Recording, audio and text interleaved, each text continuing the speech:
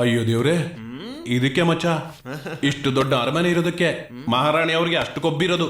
ಅನಾತೆ ಗಿನಾತೆ ಅಂತ ಹೇಗ್ ಬಣ್ಣ ಬದಲಾಯಿಸ್ಬಿಡ್ಲಲ್ಲ ಮಚ್ಚ. 10-11 ಆದ್ರೂ ನಿದ್ದೆಯಿಂದ ಎದ್ದೇಳಲ್ಲ ಅನ್ಸುತ್ತೆ ಮಹಾರಾಣಿಯವರು. ಈ ಹೊಸ ಫಿಗರ್ ಯಾರು ಬಾಬಾ? ಅದೇ ಮಚ್ಚ, ನನಗೂ ಅರ್ಥ ಆಗ್ತಿಲ್ಲ. ಅಷ್ಟಕ್ಕೂ ನಮ್ಮ ಮಹಾರಾಣಿಯವರಿಲ್ಲಿ.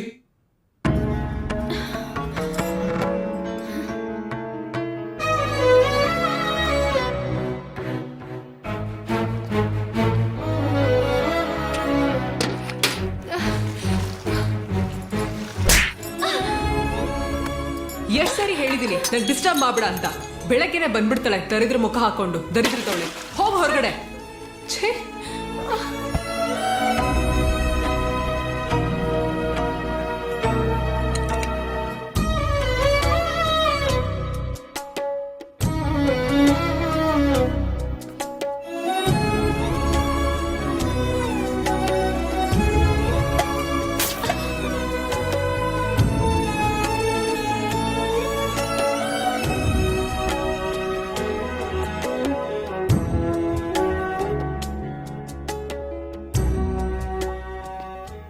ಈ ಆಸ್ತಿ ಎಲ್ಲ ಹುಡುಗಿದಂತೆ.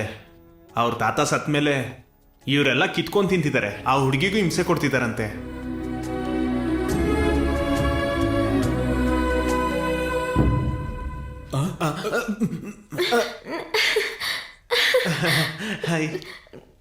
ಸತಿ ಸತಿ ಸತಿ, ಯಾವಾಗ ಬಂದೆ? ರಾಜ ಎಲ್ಲಿ? ರಾಜ ಬಾಂಬೆಗೆ ಹೋಗಿದ್ದಾನೆ.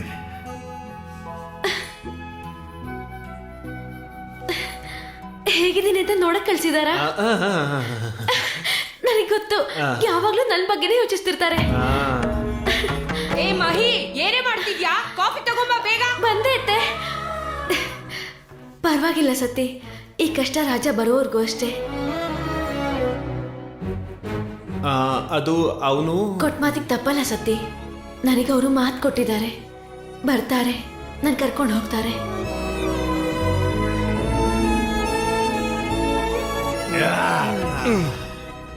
ಆ ಹುಡುಗಿ ನಮ್ ಜೊತೆ ಇರೋಷ್ಟು ದಿನ ಎಷ್ಟು ಚೆನ್ನಾಗಿ ನೋಡ್ಕೊಂಡು ಈ ತರ ಚೀಟಿಕಿ ಹೊಡೆದ್ರೆ ಎಲ್ಲಾ ಕೆಲಸ ಮಾಡ್ಕೊಡ್ತಿದ್ವಾ? ಆದ್ರೆ ಇಲ್ಲಿ ಮನೆ ಒರ್ಸೋದು, ಕಸ ಗುಡ್ಸೋದು, ಬೇಕು ಅನ್ಸುದ್ರೆ ಕಾಲ್ ಕೂಡ ಒತ್ತಿಸ್ಕತ್ತಾರೆ ಕಣೋ. ನಮ್ಗೇನಕ್ಕೆ? ನಮ್ಗೇನ್ ಬೇಕು? ದುಡ್ಡು ಈಸ್ಕೊಂಡ್ವಾ, ಹೋಗ್ತಿದ್ವಾ? ನಾನೇನೋ ಮಾತ್ ಕೊಟ್ಟಿದ್ದೀನಿ ಅಂತೆ, ಬರ್ತೀನಿ ಅಂತೆ.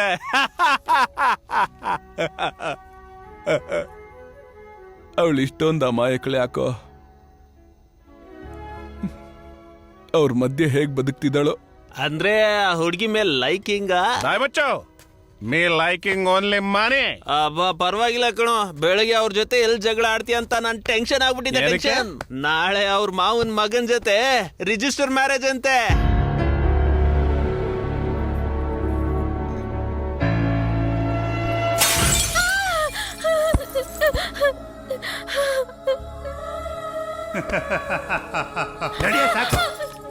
ಸೈನ್ ಮಾಡೆ.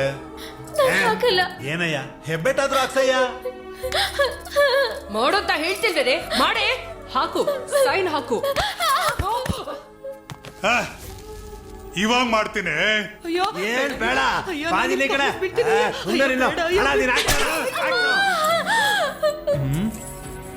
ಇದೇನಿದು?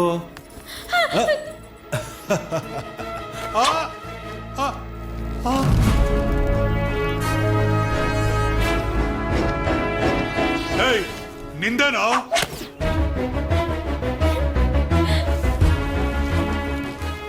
ಇವನ್ಯಾರು?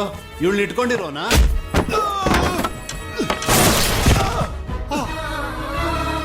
ಇದು ನಮ್ಮ ಮನೆ ವಿಷಯ. ಅನಾವಶ್ಯಕವಾಗಿ ತಲೆ ಹಾಕ್ತಿದ್ಯಾ?